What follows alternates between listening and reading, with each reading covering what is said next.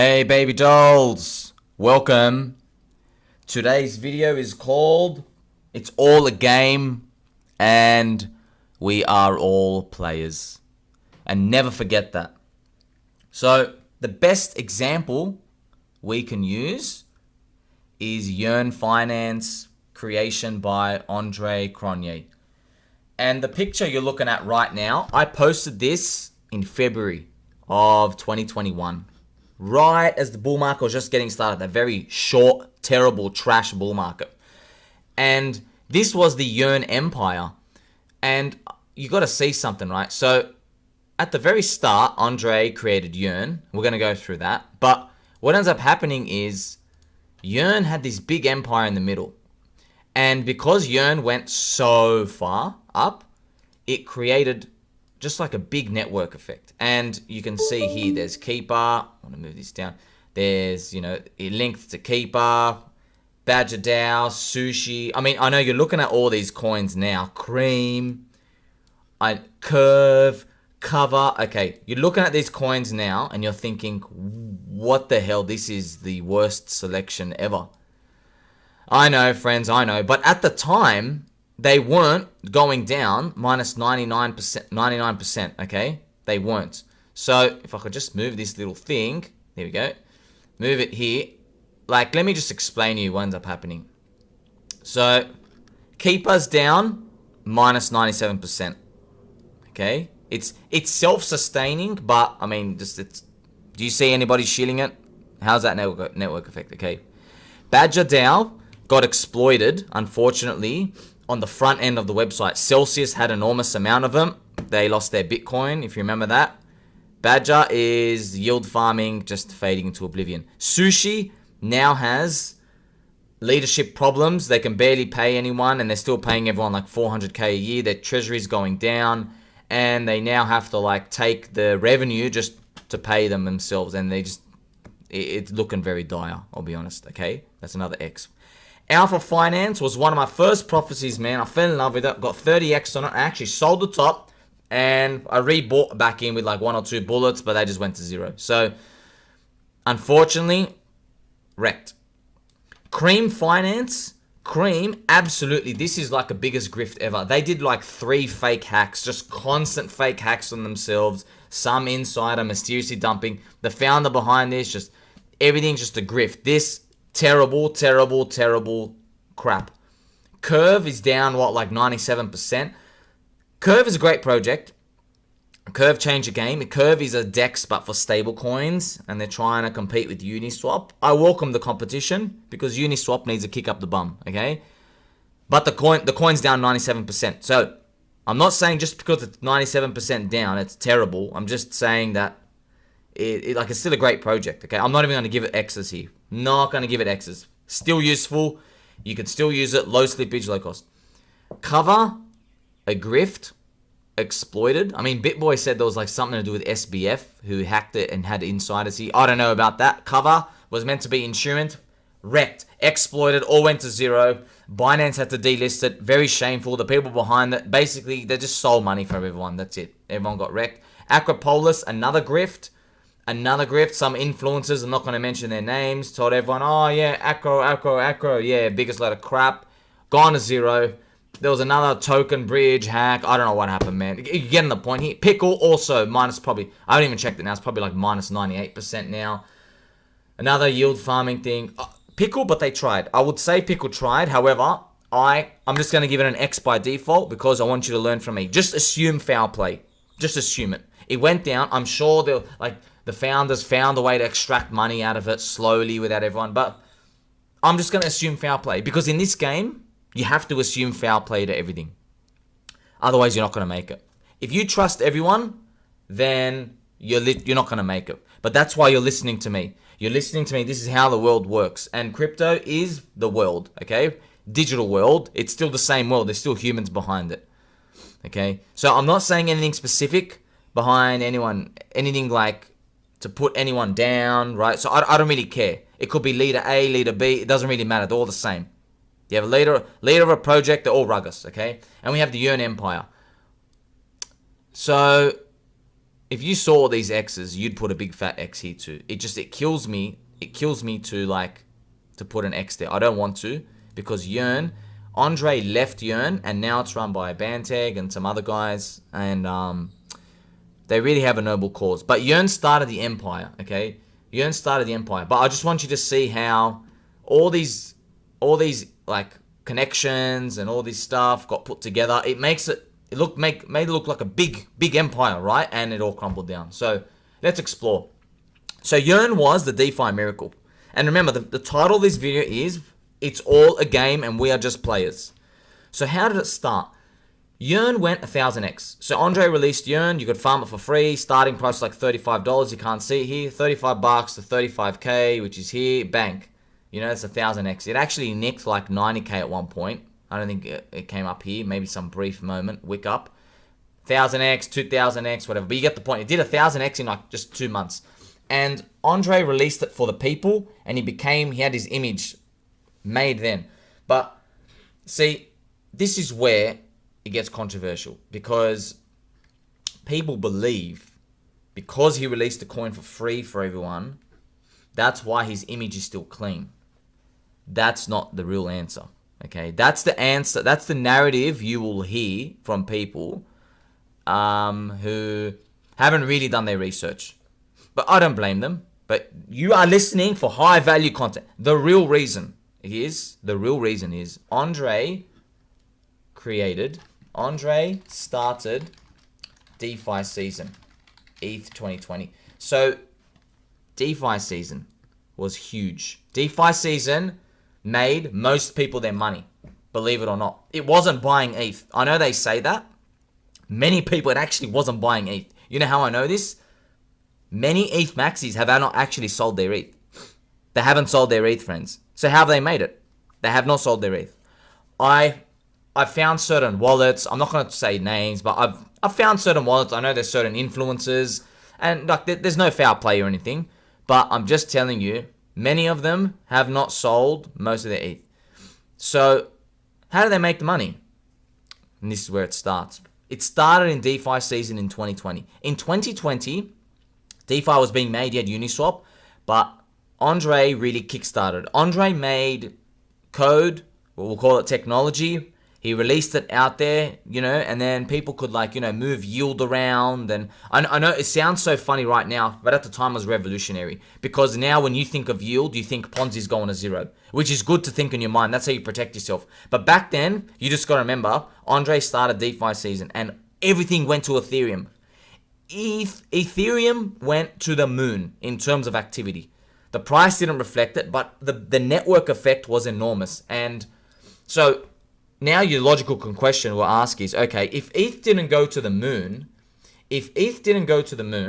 then how come all these ETH maxis love Andre? And like, why is he still revered? And the answer is network effect.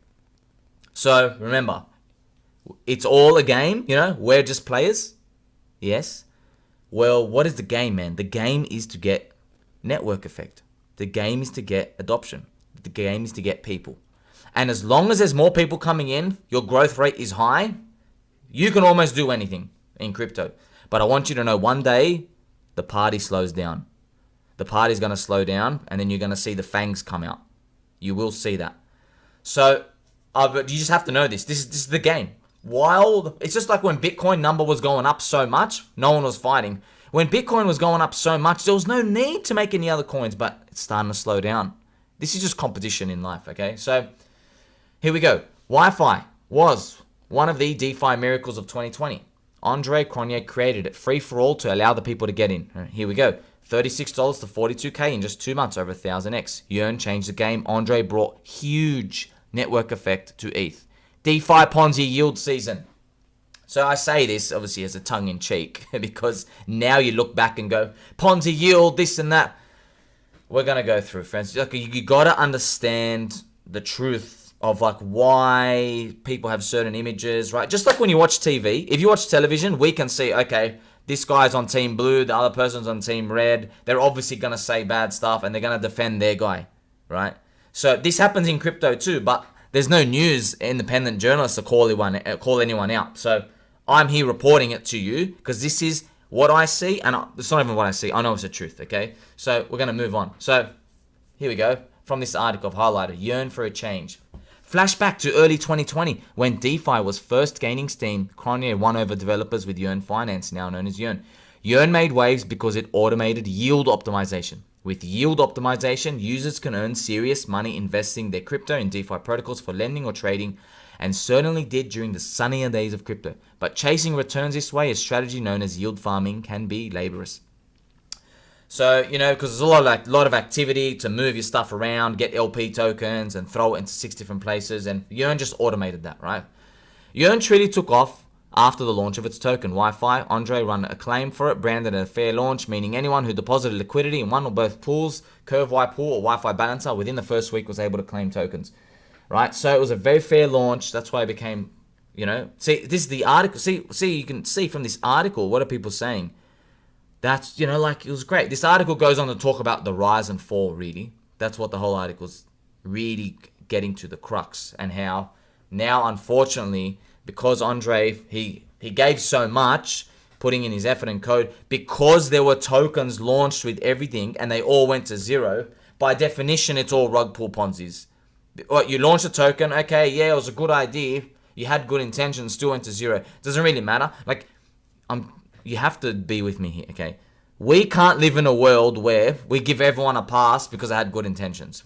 You cannot live with that world. It's a game, man. They're trying to get your money from you. They're trying to get you to spend your money. And in this case, your money's ETH, right? Your money's ETH, USDC. They're trying to get real money in. They're trying to get it in. Just like when a business opens, they're trying to get it in.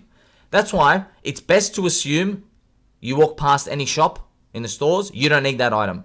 They really got to sell it to you. You don't need that item by default. That's the best way to live. You're skeptical of everything. You're not paranoid. You're just skeptical. You have enough confidence in yourself going, I made it this far.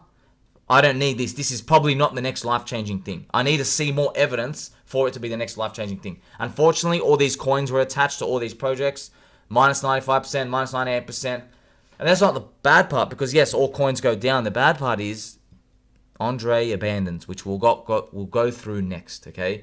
Because his personality is not suited to deal with the extreme stress of being a founder and leader, of people constantly cheering, blaming you, putting you down, right? But knowing all this, why does he still get a pass? This is where it comes into the critical issue, right? And let's go through. I have the posts here. So, the first post. Many people wonder why Andre Kronje gets no criticism in crypto, especially by Ethereum maxis, I say here. Whereas they often criticize and attack founders such as CZ. So, not just him, I can name so many other founders. The ETH maxis have something very critical to say about their chain and stuff. Which is okay, man. Everyone's going to be critical. That's not the main point, right? The truth is that Andre Kronje started a DeFi season that enriched many ETH maxis in 2020. So here we go. That's the mic drop. So this is what happened. So remember earlier, I just said, I know a lot of ETH influencers. I've watched a lot of their videos. I'm in a lot of the Discords. I have friends. I've got eyes and ears everywhere, okay? Many of them have not sold their ETH. They thought ETH 10K was coming, so did I. Many of them haven't sold a lot of ETH. But how did they get that ETH? And a lot of them DCA bought in 2018, 2019. But how did they get their spending money to retire? It doesn't take a genius to figure out. ICOs and DeFi season. That's it. Okay? Many of them participated in DeFi season. My second post here. So Andre Kronje, he created Ponzi Yield DeFi Blueprint for Ethereum. It brought huge network effect to ETH. They deployed their ETH, make 5 to 10x on it, dumped on everyone. So Andre abandoned all projects and quit as bear market started. He still has a shielded public image, right? So don't, if this triggers you, because if you did this, by the way, if you're an ETH maxi of some sort, and I've written, they deployed their ETH, made 5x to 10x ETH on it, and then dumped on everyone. If that triggers you, then there's something wrong with you, because that's exactly what happened. Because how a lot of people rationalize it is, remember, we're all human. We always believe we're doing the right thing, So a lot of times you will see people rationalize themselves and say, oh, DeFi yield was unsustainable. It was stupid anyway. So what they're basically saying was, it was so obvious that it was a sinking ship. I had to get out because there was so many red flags. All right, there were so many red flags and it was stupid. But what they're doing is they're doing this mental gymnastics. They're doing a loop in their mind because they know, man, they're all smart, okay? They and all of us know, how do you make money? You put money into a pool before everyone else. Why does your coin go up? Because other people join after you. So how do you make money? You know, you get in, 100 people join after you, they push up the price, they put all the ETH into the pool of money, and they've extracted the useless token, and then you are now selling. So you're taking that precious ETH and you're putting back the poopy coin. And you're saying, oh, it was a poopy coin all along. So everyone does this, okay? This is not like, we're not going to here to judge and say this is a bad thing or a good thing. It doesn't matter. This is investing. Speculation investing. This is with all aspects of life. The game is you've got fiat or USD, you put it somewhere, you want to get more back. It's a game. It's a game. And everyone participates. So who are we going to blame? You can't blame anyone. You can't blame Andre for creating it because he's just trying to release something, okay? You can't blame the promoters for getting in because the promoters would have nothing to promote without Andre, right? You can't blame the participators because everyone is doing the same game to try and make money. Who do you blame? There's no blame here. It's a game, man. It's a game. There's no blame. No one's to blame. It's like everyone's guilty or no one's guilty. What view do you want to take in the world, right? If you believe no one's guilty, then I think you're more free market here and there. The game is the game. And I think if you have that approach, you are going to, like, if you choose one extreme or the other, just make sure we're not going to have a defeatist attitude. We're not going to roll over and cry. No. If you're a warrior, you can win, man. Just keep fighting. We'll keep fighting. But we're going to learn. We're going to keep learning, okay? So my third post, remember, nobody is clean. Even ETH maxis were safe. Oh, DeFi yield farming was unsustainable. It didn't stop them buying and dumping on retail in the spec mania and welcoming boosted ETH attention. There is no right or wrong. It's winning or losing, just a game. We're all players. That is the truth. It's just a game and we're all players. So there's a little cute part in here. It didn't stop them buying and dumping on retail in the spec mania. So this is the most important part. Welcoming boosted ETH attention. Earlier I said to you that as long as the growth rates are high, everyone's partying, man. Everyone's partying as long as the growth rates are high. But what happens if the growth rates were much lower? What then? What if it brought people away from the main ETH chain to alt layer 1s? Well, that's why they criticize CZ and a lot of these other people. Now, you will also hear that there are other criticisms. For each person, they will say, it has nothing to do with it. It has nothing to do with it. Find someone as an ETH maxi, for example, who criticizes someone who builds solely on Ethereum, right? Who has no intention of moving elsewhere. Criticize. Find that. Find that. I want you to think about that because, I found it interesting that other, like, very popular Twitter people like Kobe and others, sometimes, don't quote me on that, but I'll often hear them talking about, say, Uniswap and the leader and the governments and it's trash. Why is the coin even out there? It's looking at it as a grift. You often hear that, but people who love Ethereum will completely give them a pass because Uniswap was also part of this Andre participation part where they brought all the network effect to Ethereum. It was like you create so much code, so much good value that everyone comes in. And then it gives everyone a pass. But there's more than meets the eye, man. It's like I said, it's all a game. We're just players, Sometimes someone builds something good and it works, and we just have to accept it. That not everything's going to work, So this is not a stab at anyone or anything. We're not here to judge. You got to remember, I don't care about these people. They've already made it. I don't care. You shouldn't care either. Andre, I think, has $1 billion, by the way, in his account now. Andre, I checked his account. He's got 10 million sitting in like this random coin that he's forgot about. Actually, I think it was like Cream or Curve. He can't even be bothered moving it. Imagine you have 10 million sitting there in dust, by the way. You're just like, nah, can't be bothered moving it. So these people are going to be fine. Don't think these people aren't loaded to the gills. These people have thousands and thousands and thousands of ETH. These people are all, the lowest net worth of them is like 250 million. The smallest. Okay, and when ETH goes back to 4 or 5k, they're back to their high net worth, you know, between 500 million to a billion. So don't worry about them. Who cares about them? I care about you. You got 5 grand, you got 10 grand, you're working your job, maybe you're still studying, you want to retire, you're wondering what this game of investing is, and there's so many snakes and sharks, and that's why you come and listen to me. Okay, because it's all a game. There's sharks everywhere. And if you think just because someone has good intentions that they're not a shark, well, you're not going to make it, right? So this is another critical point. Andre made self-sustaining coins. So KP3R, Keeper, he doesn't even need an operator anymore. But people don't even remember that. They just remember DeFi 2020 season and they think, oh, well, Andre's gone. See you later. I'll dump.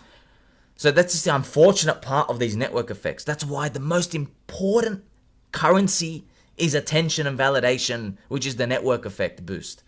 That's why all the ETH maxis will give a lot of these ETH guys a pass. There's almost no criticism, right? But that's okay, man. As long as you know the game is being played. So here, most people don't know about KP3R is that it's self-sustaining and it doesn't even need Andre Cronje to run. But crypto is all about public image and narratives. It's down 97%. But I'm not going to throw that away just because it's down. Because, you know, everything's down. Okay, but AC quit as the bear market started. Abandoning is costly. Loyalty in crypto matters. Tribes remember. This is something you have to understand. You're listening and like you know this yourself, right?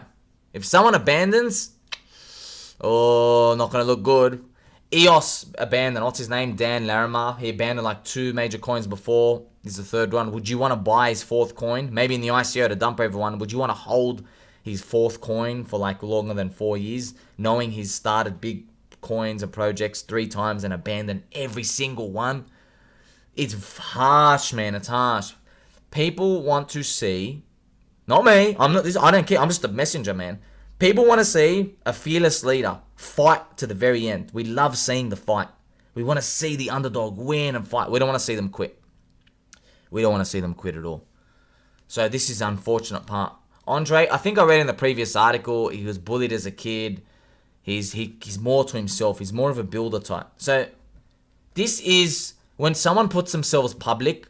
You know, it's good and bad. Unfortunately, they have to suffer, right? But they can also make an enormous amount of money. So there's a risk for them there. But we can gather information and try to make educated guesses to how the future will turn out. Where we should pay attention. Because there's 20,000 coins. We can't look at all of them, man. There's too many new ones popping up. So we learn from this. You never know, man. We might get more value out of these in the future in the next bull run. Okay, so here we go. I just have the tweets on repeat. So I want you to think about DeFi season here, okay? Because Andre pumped this 1000x and he created value there, which all went to zero, but all the value's gone, by the way. So it had value, everything's now gone.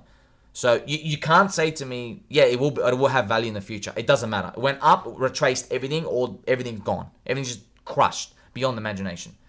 So how do you want to interpret this scenario? Like, how do we learn from it? I've given you all the tools, how to interpret everything in this video. So you're listening and I want you to know that nobody's clean. We're all players. I mentioned in this tweet, man. Nobody is clean. We're all players, all right?